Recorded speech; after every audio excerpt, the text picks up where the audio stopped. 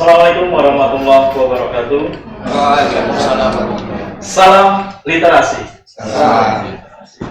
Jumpa lagi dengan saya Subian dalam podcast Mandua Kutai Kartanegara. Alhamdulillah pada hari ini, di siang hari ini kita diberikan kesehatan. Sahabat podcast Mandua Kutai Kartanegara dapat berjumpa kembali dengan tamu istimewa kita pada hari ini. Siapa beliau? Beliau adalah Bapak Gol Agung. Beliau adalah Duta Baca Indonesia. Yuk kita sapa beliau. Assalamualaikum Bapak. Waalaikumsalam. Bagaimana kabar Bapak? Kabarnya asik lah, pengen ngopi. Tapi nggak boleh. Nggak boleh. Nanti bisa Pak. Pak, satu kalimat buat Mandua Kutai Kartanegara. Tidak kuduga, tidak bisa kita satu kalimat ya. Satu kalimat. Tidak kuduga ada kegiatan jurnalistik di sini. Alhamdulillah. kesan Bapak ketika tadi tiba di Mandua Kutai Kartanegara ini first time Pak ya, pertama kali Bapak tiba di Mandua. Ada semangat kreativitas yang luar biasa. Dari mulai masuk ya, kelihatan apa auranya. Pas masuk ke sini, wah ini siapa kepala perpustakaannya, siapa kepala sekolahnya, luar biasa. Alhamdulillah perpustakaan kami bisa berkembang sejauh ini tentu berkat tangan dingin dari Kepala Madrasah kami Pak beserta dengan Kepala Perpustakaan kami Bapak Henry sehingga kita tahun ini alhamdulillah meraih juara tingkat provinsi dan mudah-mudahan nanti bisa lanjut untuk ke tahun depan. Bapak Gol Agung, boleh tahu nggak Pak? Dibacanya Gol Agung. Oh Gol Agung Pak ya. Di tahun 88 saya melamar bekerja di Kompas Gramedia. Kompas Pak ya. Ya di majalahnya, divisi majalah. Divisi majalah. Nama asli saya Heri Hendrayana Haris. Dan itu ternyata nggak marketable. Ya dijual bahasa ya, dijual. Saya pulang, saya guru ngaji saya bilang ridho Allah ridho orang tua. Bisa saya izin. Emak, bapak, saya diterima bekerja, tapi nama Heri Hendrayana Haris tidak bisa digunakan. Orang tua saya kecewa. Tapi di antara kekecewaan itu mereka bicara begini, Bapak, oh gol ya kamu di sana, ya Pak gol, alhamdulillah. Terus emak bilang begini, kalau kamu berkarya, taruhlah menulis karena memang kompetensi saya harus seperti bunyi gong, menggema. Gong ya, menggema. Saya mengartikannya itu terkenal. Dan gol itu target masuk ya. Target Pak. Ya, lalu terakhir emak tuh nasihatin kalau kamu sukses jangan sombong karena itu semua dari Allah. Nah, saya malam-malam sholat istiqoroh minta petunjuk nama pena siapa supaya ayah ibu, emak bapak ikhlas. Ridho Allah, ridho orang tua. Sebelum ke Jakarta saya bilang, Nak, Pak, nama penanya Golagong. Ditulisnya Golagong. Ditulisnya Golagong. Apa itu? Saya ceritakan ini dari bapak, Gol, dari emak Gong, dan A itu Allah. Itu Allah. Jadi sering orang kalau belum bertemu dengan saya menganggap Golagong itu kalau nggak orang Thailand, pokoknya orang Muslim lah. Filipina gitu. Oh, Filipina. Pokoknya. Nah, begitu saya ceritakan kaget. Jadi Golagong itu kesuksesan semua berasal dari Allah Subhanahu wa Ta'ala. Wah, itu kan. Wah, Islam Golagong. Ya, kita semua kan tidak ada yang sempurna. Ya, sempurnakan hanya miliknya. Pak, Bapak sebagai duta, Pak ya, duta baca Indonesia. Itu kesibukannya apa saja itu, Pak? Kesibukannya memasak, kesibukannya. Nah, seperti hari ini tugas utama saya mengampanyekan Iqra dan Qalam. Jadi surat Al-Alaq itu ada di Duta Baca Indonesia, datang ke menjiwai termasuk ke sini lah ya.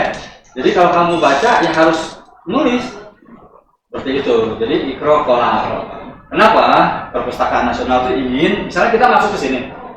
Nah selama ini kita membaca tuh untuk karir, untuk akademis. Jadi Andes, jadi dokter. Bukan. Pertama itu buat gelar ya. Buat gelar lah. Nah ada cerita orang datang ke saya baca bukunya banyak, tapi nggak ada manfaat. Saya nggak berdaya ya. Saya cuma sarjana S1. Tapi setelah S1, nah soft skill ini yang orang lupa keterampilan. Jadi Pak Perpustakaan itu ingin cara mindset kita diubah bahwa kalau kita membawa buku, sebetulnya kita sedang belajar how to make apa? Bisa budidaya lele, bisa jadi penulis profesional, bikin penerbitan. Jadi di era saya ini Duta Baca Indonesia sebelumnya juga Najwa, Haji Noya dan Tante Yahya bahwa membaca buku itu bisa bernilai ekonomi tinggi. Ekonominya itu Pak? Iya, ekonomi tinggi. Bukan cuma buat S1, S2, S3, tapi soft skill. Ya, harus ada keterampilan itu apa. Nah kalau saya kompetensinya di menulis. Nah, menulis kemudian beranak pinak tuh saya bikin penerbitan, bikin travel, bikin kafe. Itu dari membaca itu Pak? Dari membaca. Dari membaca akhirnya diimplementasikan. Ya. Luar biasa Pak ya. Jadi ada dua ya, ada yang tadi membaca untuk akademik, satu untuk soft skillnya atau kreativitas ya. Karena dengan membaca itu meningkatkan kreativitas kita Pak ya. Banyak orang tidak percaya bahwa membaca itu membuka pintu rezeki. Selain tadi akademis ya. Jadi ada orang yang tidak punya waktu untuk kuliah, ya kan? Ada orang yang memang mungkin dia malu kuliah. Sebetulnya datang ke perpustakaan aja. Kuliahnya di perpustakaan. Di perpustakaan? Iya. Baca aja satu hari. Dulu saya satu hari satu. Bisa cerita ya, waktu saya di amputasi tangan. Saya di amputasi tangan kelas 4 SD. Kelas 4? Iya, kelas 4 SD. Nah, Bapak menyuruh saya, karena masyarakat itu khawatir saya jadi beban masyarakat sebagai orang cacat. Nah, Bapak menyuruh saya membaca. Di perpustakaan? Di mana aja? Di mana aja? Dibikinkan perpustakaan di rumah. Jadi kami ada taman bacaan di rumah. Ada home library lah, madrasatul ula. Ya. Nah, jadi ibu mengkonfirmasi ke buku-bukunya. Jadi kalau ibu bicara, ibu nunjukin tuh bukunya tuh, gitu. Jadi langsung ya? Iya, langsung. Itu dari kelas 5 SD sampai kuliah di Fakultas Sastra Unpad Bandung. Nah, situ saya mulai menemukan bahwa kenapa ada ikro kolam. Itu jadi tidak hanya dokter aja menemukan hakikinya gitu ya. Jadi kan orang baca buku pasti jadi dokter, insinyur ya. Saya lihat ini ada profesi merawi pengalaman hidup, merawi apa yang fenomena di dunia, di alam gitu Pak. Iya, kan itu. Jadi artinya sekarang orang harus mengubah cara berpikirnya bahwa menulis itu pekerjaan sama terhormatnya dengan dosen, dokter, insinyur, pilot dan sebagainya. Gitu. Sama Pak. Sama terhormat. Karena bukan melamun. Kalau melamun kesurupan. Melamun kesurupan. Jadi menulis itu kerja-kerja intelektual udah dicontohin di ikro kolam, membaca kauliah ayat ke dalam ayat keluar. Menulis Pak ya. Iya.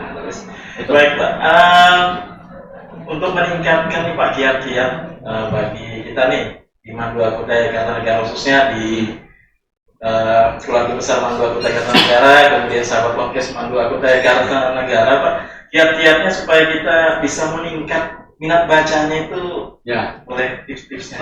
Kutai ini hampir sama dengan kampung saya Banten. Banten itu terlalu terlena dengan masa lalu. Misalnya Banten itu punya pelabuhan namanya Karanghantu. Jadi lihat Karanghantu rusak, hancur, pejabatnya bilang begini, wih dulu nih pernah jadi bandar internasional, kayak gitu. Nah saya khawatirnya di sini, dulu kalau saya belajar sejarah atau geografi, selalu kerajaan Hindu tertua, Kutai, Melawarman, kan? Nah saya khawatir orang-orang Kutai terjebak di situ. Tapi tadi saya lihat kita ada seminar tadi di dinas perpustakaan. Saya lihat sih sedang ada semangat untuk menggali potensi lokal.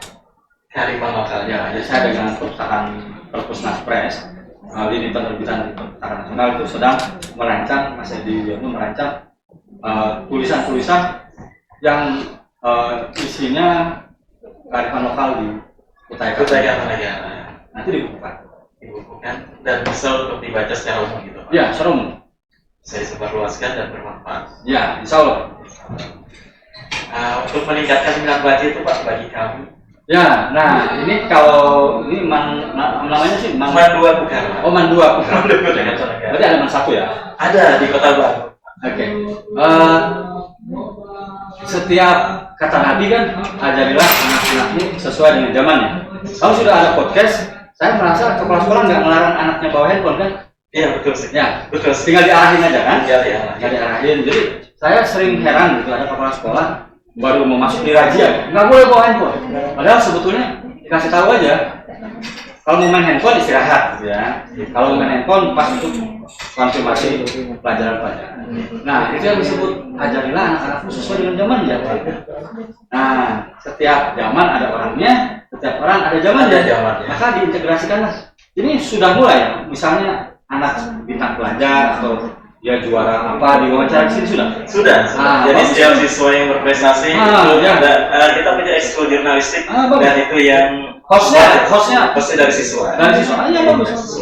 Jadi mestinya siapa tahu kan biasanya yang melakukan ini SMK biasanya multimedia. Ini Saya pikir man cuma jurusan agama ya. Enggak ya? Enggak Pak. Kita juga ada kelas keterampilan Pak. Iya, Jadi iya. ada tata tata rias, tata kecantikan. Oh, tata rias Ada. Kemudian tata busana ada. Boleh ya? Kemudian kita juga multimedia. Untuk saat ini kita baru 3 Pak. Ya, ya. Insya Allah ke depan akan terus berkembang, menambah sesuai dengan perkembangan dan kebutuhan. Ya, ya, jadi sekarang misalnya lomba selfie di tempat-tempat ikonik. Iya. Selfie. Selfie Pak. Saya lagi nyari spot-spot foto. Kalau saya berfoto dengan latar belakang latar belakang yang ikonik itu, nanti saya update di medsos. Saya akan captionnya gini. Tahu nggak di mana saya berfoto? Nah, coba. Jadi nggak semua orang tahu bahwa tempat-tempat itu, dan semua orang bisa tahu tempat itu berfoto itu di mana. Kalau masyarakat sini, coba tanya anak-anak mana, malu nggak berfoto misalnya dengan lambang apa di belakang? Jembatan kah misalnya? Baca siap beton gitu. Iya. Itu kita kan cuman kalau berfoto di Monas orang udah tahu. Oh, di Jakarta. Sudah tahu pasti. Kalau gedung sate, oh di Bandung. Nah, ini saya belum tahu nih di sini apa ya yang bisa saya jadikan spot foto. Ada taman kota aja Pak, itu kalau malam lampunya Lampunya kelap-kelip ya. keren Pak.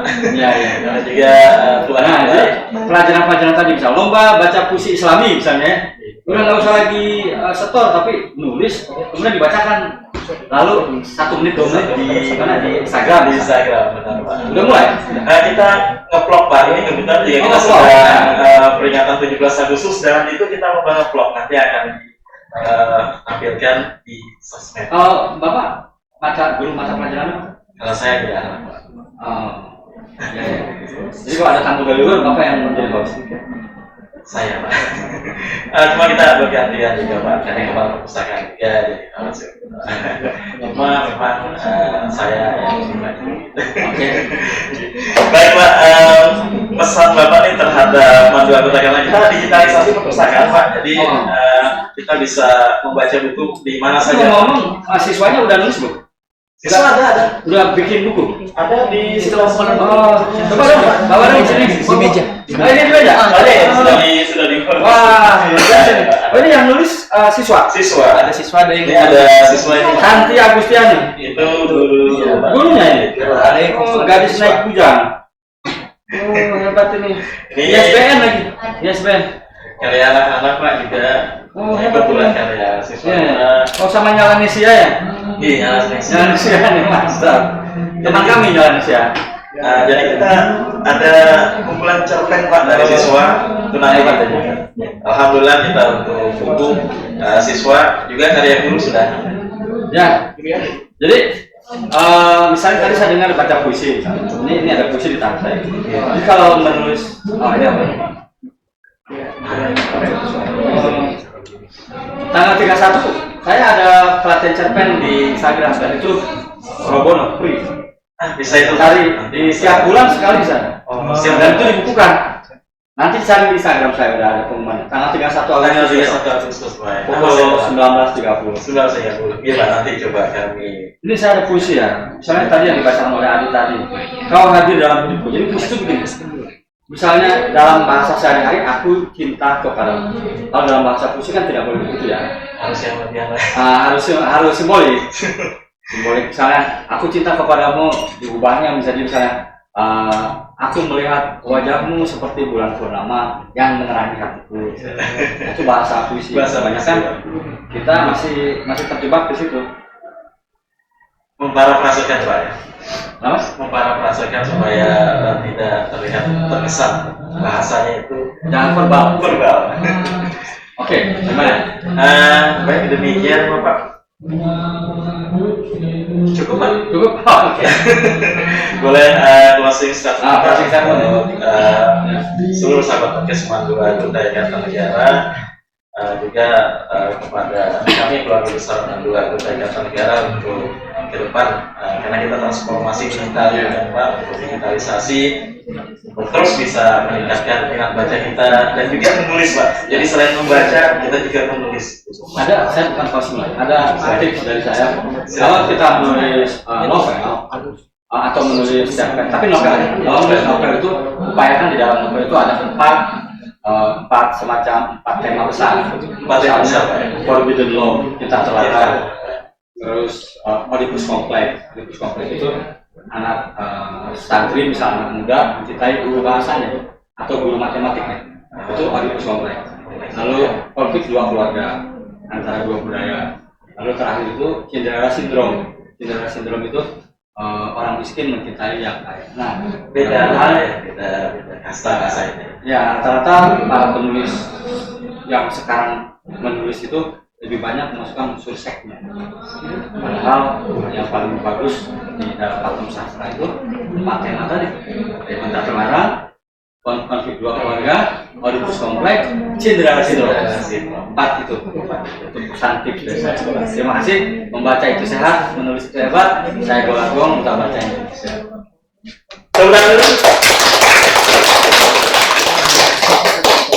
Alhamdulillah, terima kasih banyak sekali inspirasi yang kita dapat ini Bapak Golagong atas apa yang kita operasikan tadi. Mudah-mudahan bagi kita semua sahabat podcast Mandu Anggota Ikatan Negara bisa menjadi sumber inspirasi untuk kita menulis dan membaca dan menulis. Terima kasih Bapak, saya Sufyan. Jumpa lagi di podcast berikutnya. Assalamualaikum warahmatullahi wabarakatuh. Salam literasi.